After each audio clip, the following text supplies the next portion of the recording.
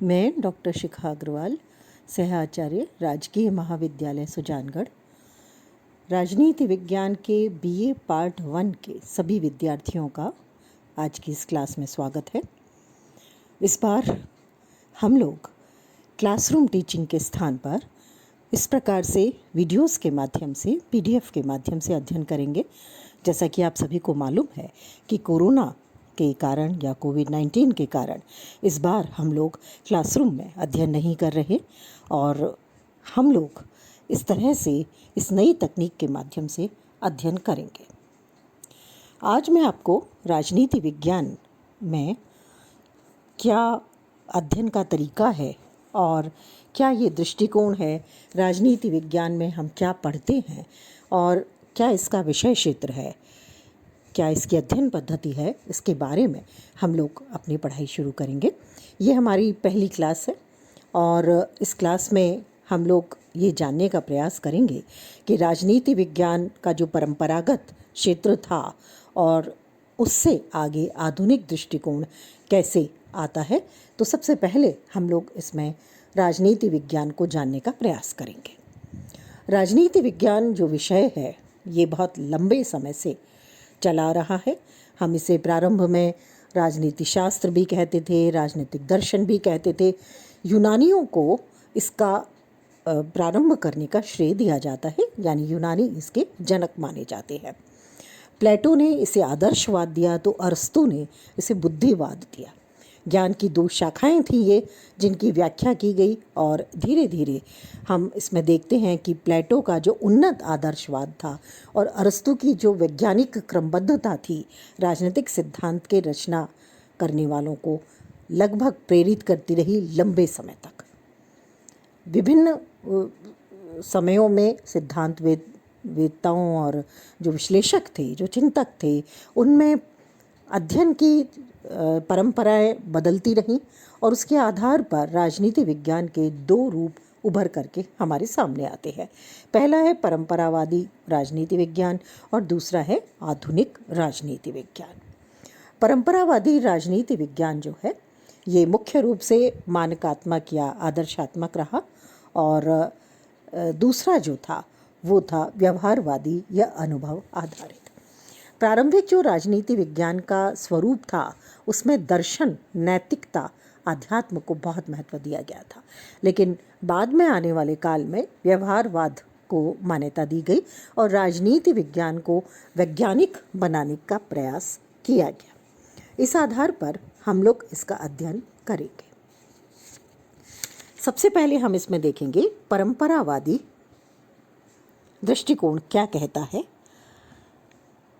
राजनीति विज्ञान, जैसा हमने अभी चर्चा की, एक प्राचीन विषय है और परंपरागत राजनीति विज्ञान का अर्थ है व्यवहारवादी क्रांति से पूर्व की स्थिति।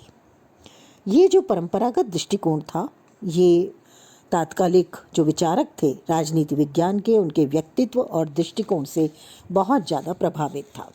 इसमें प्लेटो, एक्विनास, रूसो, कांट और हीगल जैसे विचारकों ने राजनीतिक सिद्धांतों को दर्शन शास्त्र के अंश के रूप में स्थापित किया। उनके जो व्यक्तिगत दृष्टिकोण थे उनसे काफ़ी हद तक ये सिद्धांत आते हैं। जैसे हम प्लेटो की पुस्तक रिपब्लिक को अगर पढ़ते हैं तो वहाँ आदर्श राज्य की कल्पना हमको दिखाई देती है।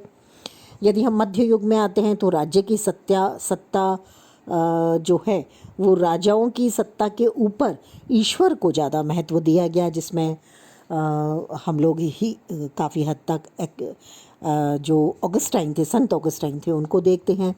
या फिर हम इसके बाद में हीगल को देखते हैं जो पृथ्वी पर राज्य को ईश्वर के अवतार के तौर पर देखते हैं। तो पुरानी जो परंपरा थी राजनीतिक सिद्धांत की वो बौद्धिक है और उसमें जो निष्कर्ष थे वो गणितीय नहीं थे, वो वैज्ञानिक नहीं थे, वो तथ्य संग्रह पर आधारित नहीं थे, बल्कि ये नैतिक, न्यायशास्त्रीय और कानूनी पहलुओं के आधार पर काम करते थे। इसके जो प्रमुख विचारक थे उसमें गार्डनर है, ब्लंशली है, गैरेज है, एक्टन है, इन जैसे विचारक इसमें थे और उन्हीं के आधार पर हम लोग इसका अध्ययन करते हैं। जब हम राजनीति विज्ञान को समझने का प्रयास करते हैं तो इसमें विभिन्न परिभाषाओं को हम लोग देखेंगे। सबसे पहली परिभाषा हम पढ़ेंगे इसमें गार्नर की। गार्नर ने राजनीति विज्ञान का प्रारंभ और अंत राज्य से माना है। यानी गार्नर का ये मानना था कि जो अध्ययन है राजनीति विज्ञान का वो राज्य से ही संबंधित है पूरी तरह से। ऐसा ही मानना ब्लंशली का है, गैरिज का है, एक्टन का है, उनका भी यही मानना है। अगली परिभाषा हम देखेंगे ब्लंशली की। ब्लंशली का कहना है कि राजनीति विज्ञान वह विज्ञान है जिसका संबंध राज्य से है और जो उसकी परम आवश्यक प्रकृति, आधारभूत स्थिति, विविध स्वरूप और विकास को समझने का प्रयास करता है। यानी ब्लंशली भी यही मानते हैं कि राजनीति विज्ञान मोटे तौर पर राज्य से संबंधित है और राज्य की आधारभूत स्थिति, उसकी प्रकृति और विकास को समझाता है। गैरिज की परिभाषा को अगर हम देखें तो गैरिज का कहना है राजनीति विज्ञान राज्य के उद्भव, विकास, उद्देश्य और समस्त राजकीय समस्याओं का उल्लेख करता है। यानी यहाँ भी हमें यही दिखाई देता है कि गैरिज ने भी राजनीति विज्ञान में राज्य का की उत्पत्ति कैसे हुई, उसका विकास कैसे हुआ, उसका क्या उद्देश्य है और संपूर्ण जो राज्य का उद्देश्य है और विकास है उसके साथ साथ क्या समस्याएं हैं उनका अध्ययन भी राजनीति विज्ञान ही करता है। अगली परिभाषा है एक्टन की। यानी एक्टन भी यही कहते हैं, उनका मानना है राजनीति विज्ञान राज्य और उसके विकास के लिए अनिवार्य दशाओं से संबद्ध है। यानी राजनीति विज्ञान में हम राज्य का और उसके विकास से संबंधित स्थितियों का अध्ययन करते हैं। गुडनाव एक और विचारक हैं, उनका मानना है कि ये जो विज्ञान है वो जिस संगठन का अध्ययन करता है उसे राज्य कहते हैं। यह राज्य की स्थिर और प्रगतिशील दोनों स्थितियों का अध्ययन करता है। यानी राज्य की स्थिर और प्रगतिशील यानी राज्य कैसे स्थिर है, कैसे बना हुआ है और कैसे निरंतर उसके बावजूद भी वो प्रगति कर रहा है, आगे बढ़ रहा है अपने उद्देश्यों में, अपने कार्यों में, वो कैसे व्यवस्थित तरीके से आगे बढ़ रहा है, इसका भी इसमें अध्ययन किया जाता है। तो ये जो अध्ययन है इसमें इस अध्ययन में हमने ये देखा कि राजनीति विज्ञान में हमने देखा कि किस तरह से जो परंपरागत दृष्टिकोण है इसमें राजनीति विज्ञान राज्य का अध्ययन करता है। इसके अतिरिक्त परंपरागत दृष्टिकोण में ये माना गया कि केवल राजनीति विज्ञान सिर्फ राज्य का ही अध्ययन नहीं करता बल्कि राज्य के स्थान पर सरकार के अध्ययन पर भी जोर देता है। इसके अनुसार राज्य केवल एक इकाई मात्र है और उसका अध्ययन या उसकी जानकारी सिर्फ सरकार के माध्यम से ही हो सकती है। वो एक ऐसी संस्था है जो दिखाई नहीं देती लेकिन सरकार उसको क्रियान्वित करती है।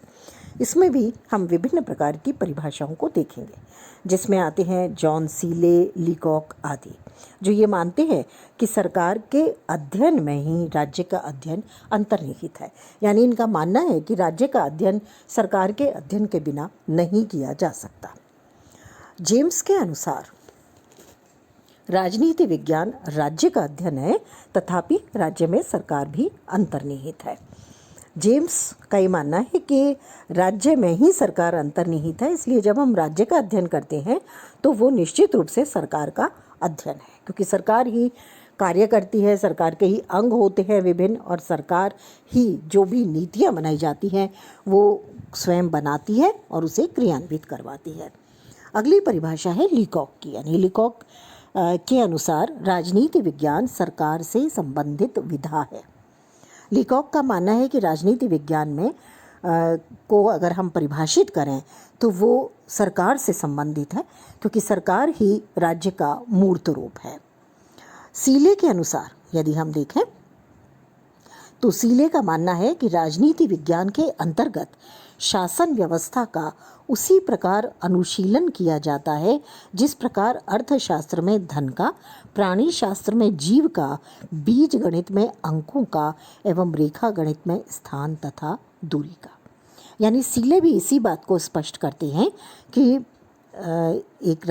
राजनीति विज्ञान में हम शासन व्यवस्था का अध्ययन करते हैं, और ये लगभग वैसा ही है जैसे अर्थशास्त्र धन का अध्ययन करता है, प्राणीशास्त्र जीव का अध्ययन करता है और बीजगणित में अंकों का अध्ययन किया जाता है। तो एक तरह से यहाँ पर यह स्पष्ट किया गया कि राजनीति विज्ञान शासन व्यवस्था यानी सरकार का अध्ययन करता है।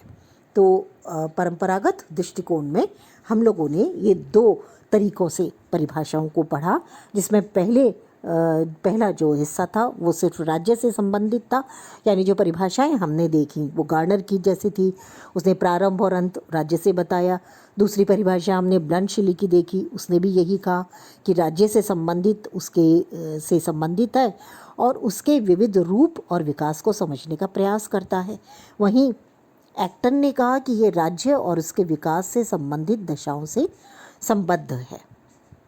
और इस तरह से यदि हम देखें तो कुल मिलाकर के हमने दो तरह की परिभाषाएं देखी राजनीति विज्ञान को प्रकट करने के लिए आज के लेक्चर में। पहला था जो उसे राज्य के अध्ययन से जोड़ते हैं, और दूसरा वो था जो राज्य के स्थान पर सरकार के अध्ययन पर बल देते हैं, यानी वो ये मानते हैं कि राजनीति विज्ञान में सरकार का अध्ययन किया जाता है क्योंकि राज्य एक मूर्त संस्था मात्र है, और मूर्त संस्था होने के कारण हम उसका अध्ययन सरकार के रूप में करते हैं। धन्यवाद।